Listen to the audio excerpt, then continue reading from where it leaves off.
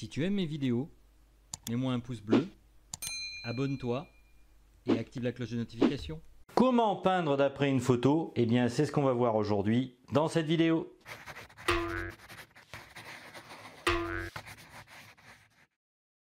Alors, bonjour et bienvenue sur cette chaîne. Aujourd'hui, je vous propose de vous abonner à la chaîne, de partager et de liker, et on va parler du sujet dont je vous ai parlé, à savoir comment peindre d'après une photo.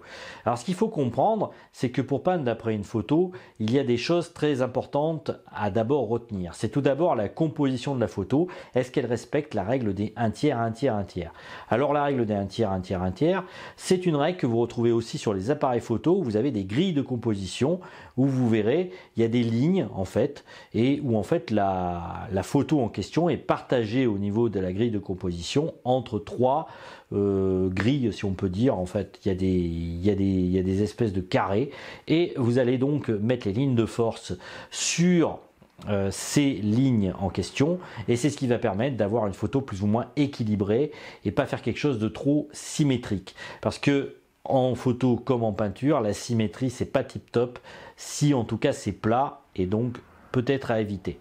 Alors, autre chose aussi qui est importante à comprendre dans la peinture d'après photo, c'est que la photo n'est pas une copie, ou la peinture en tout cas n'est pas une copie de la photo, et que vous allez pouvoir effacer certains éléments qui vous semblent disgracieux. Alors j'en veux pour exemple, par exemple des fils télégraphiques ou des choses comme ça que vous allez voir, des fils de téléphone, ça vous pouvez très bien les effacer si vous ne trouvez pas ça très joli dans le paysage. Mais vous pouvez aussi effacer par exemple des lampadaires qui se trouvent en plein milieu d'un endroit, ou même un piquet quelconque parce que vous ne trouvez pas ça beau, et c'est pas parce que vous allez effacer cette chose là que pour autant la peinture va perdre de sa force. Au contraire, elle va y gagner, parce que c'est des éléments qui ne sont pas forcément nécessaires dans la représentation que vous allez faire de la scène en question. Donc ne pas hésiter en tout cas à effacer des éléments qui sont sur la photo qui vous paraissent disgracieux. Il n'y a pas de mal à le faire, et ça permet en tout cas d'avoir un meilleur rendu au niveau de la peinture que vous allez faire. Autre chose aussi d'important, c'est qu'il faut bien comprendre que les chose que vous allez représenter, eh bien, il y a différentes manières de le faire. Alors, vous pouvez très bien aller dans la nature et prendre vous-même vos propres photos, c'est ce qu'il y a de mieux. Mais si vraiment vous n'avez pas envie, il y a des sites aujourd'hui qui existent où vous pouvez récupérer des photos qui sont libres de droit. Alors, j'en veux pour exemple notamment Pixabay, mais vous avez aussi Unsplash qui est pas mal du tout. Et vous avez aussi des sites qui sont, disons, orientés modèle vivant. Alors, je vais vous en citer quelques-uns, notamment quickposer.com, vous avez aussi posermaniac.com, et vous avez référence skilldaily.net. Alors celui-là, j'ai découvert il n'y a pas longtemps.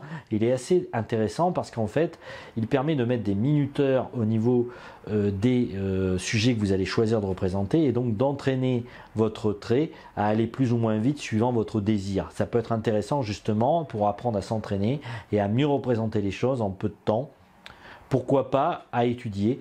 Moi, je pense que je vais y retourner d'ailleurs, parce que ça fait pas longtemps que je l'ai découvert, et je le trouve assez intéressant ce site-là, parce que vous allez pouvoir apprendre justement à représenter des sujets en peu de temps, et en plus si vous voulez les représenter plus longtemps, et bien évidemment vous avez la possibilité d'enlever le minuteur, et donc ça peut être intéressant.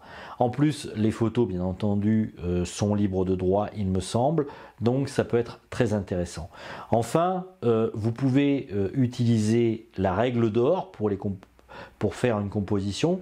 Alors la règle d'or, j'en ai fait une vidéo là-dessus que vous pourrez voir ici dans le bouton i comme info, et où je vous explique justement ce que c'est que la règle d'or. Alors il faut savoir que la règle d'or a été très utilisée par les peintres anciens, et qu'elle est vraiment le Saint Graal quelque part pour les peintres en général, et que ça peut être pratique justement d'arriver à peindre des paysages en suivant la règle d'or. Après, si vraiment vous n'avez pas envie de vous casser la tête, vous restez sur l'option que je vous ai présentée au début de la vidéo, à savoir la grille de composition. C'est aussi une bonne solution pour commencer en peinture.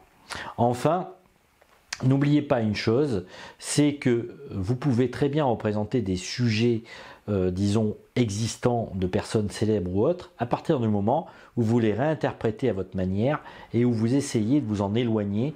Et donc là on parle de recréation, et au niveau de la loi vous ne serez pas forcément poursuivi par rapport à ça, même si effectivement on peut avoir cette crainte. Eh bien sachez qu'en tout cas une réinterprétation n'est pas considérée comme une copie, et que du coup réinterpréter un sujet célèbre en soi n'est pas un mal ou quelque chose que vous faites qui est hors la loi, parce que vous le réinterprétez à votre manière et donc vous avez le droit de peindre comme vous l'entendez. Voilà, j'espère que tous ces petits conseils vous ont aidé pour mieux comprendre comment fonctionne le choix d'une photo en peinture et comment choisir la photo qui vous correspond. N'oubliez pas non plus que la résolution compte énormément. Évitez les peintures, les photos avec des pixels, sauf si bien entendu vous voulez faire du pixart, pourquoi pas. Mais en tout cas, faites en sorte que la photo ait une très bonne résolution et un fort contraste.